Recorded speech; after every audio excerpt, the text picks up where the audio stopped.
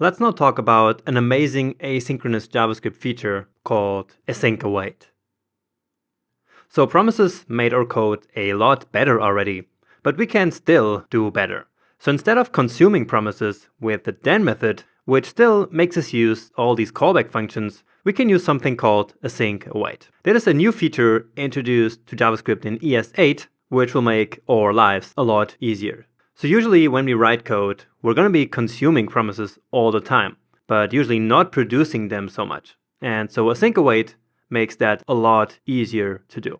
Now, in order to use AsyncAwait, we need to create a so-called async function. So let's actually comment out this part here so that we don't entirely lose it, in case you want to keep it here as a reference or something. So get dogpick is the function that we're going to write. And now we need to mark this function as an asynchronous function. So we use async here, and then create the function like we normally do. So this async keyword here simply means that this is a special function that is asynchronous. So basically one that keeps running in the background while performing the code that's in it, while the rest of the code keeps running in the event loop. So these asynchronous functions will do asynchronous work without ever blocking the event loop, okay? This async function will also automatically return a promise, but more on that a bit later in this video, okay? For now, what's really important to know is that inside an async function, we can always have one or more await expressions. And this is how they work. So we use await and then the promise here. So let's start with this one.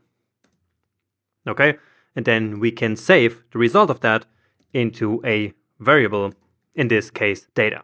Okay, and so this here will then be the same as having this piece of code. So let's see what happens here. So this await here will basically stop the code from running at this point until this promise is resolved. Now, if the promise is fulfilled, which remember means that it was successful, then the value of the await expression is the resolved value of the promise, which is then here finally assigned to the data variable. Okay? So instead of having the promise and then the then method on it, which then gets the data as an argument, with AsyncAwait, it's much simpler. All we do is to basically stop the code from running at this promise here, wait until it comes back with its value, and then store that value into a variable. And like this, the code is even easier to understand than it was before. And that is the whole point of AsyncAwait. It's to make our code look more like synchronous code, while being, in fact, still asynchronous behind the scenes. Okay? So let's keep going with this and just copy the pieces from this example before into the new one. Okay? So before we had our promise, then we had our then handler, and we then logged the data to the console. So that's exactly what we have, simply in a different way here. So we get our data stored into the variable and then log it here. Next up, we then get the dog image from the API. So we have the res variable. So that would be this one. So again, the result of the then handler. And we await this promise here to come back with the data. Okay, I hope this is starting to make sense now. So after that, we log this to the console, so the result of that API call. And then finally, we use our last promise to write that string to a file. So that is this promise here. And this one does not resolve any meaningful value. And so we don't even need to store anything into a variable. All we do is to stop the code here until that writing process is finished, and then log to the console this string. Okay? So if you compare this code with what we had before, well, that looks a lot cleaner and a lot easier to understand, doesn't it? Now, in order to make this work, all we have to do is to actually call this function here. Give it a save. And indeed, it still works. So we still get our result. Everything still works the same. So that's amazing, right? Just one last thing that we need to do here is our error handling, because right now we're not handling errors anywhere, right? So down here we use the catch method, but right now we cannot really attach that anywhere, could we?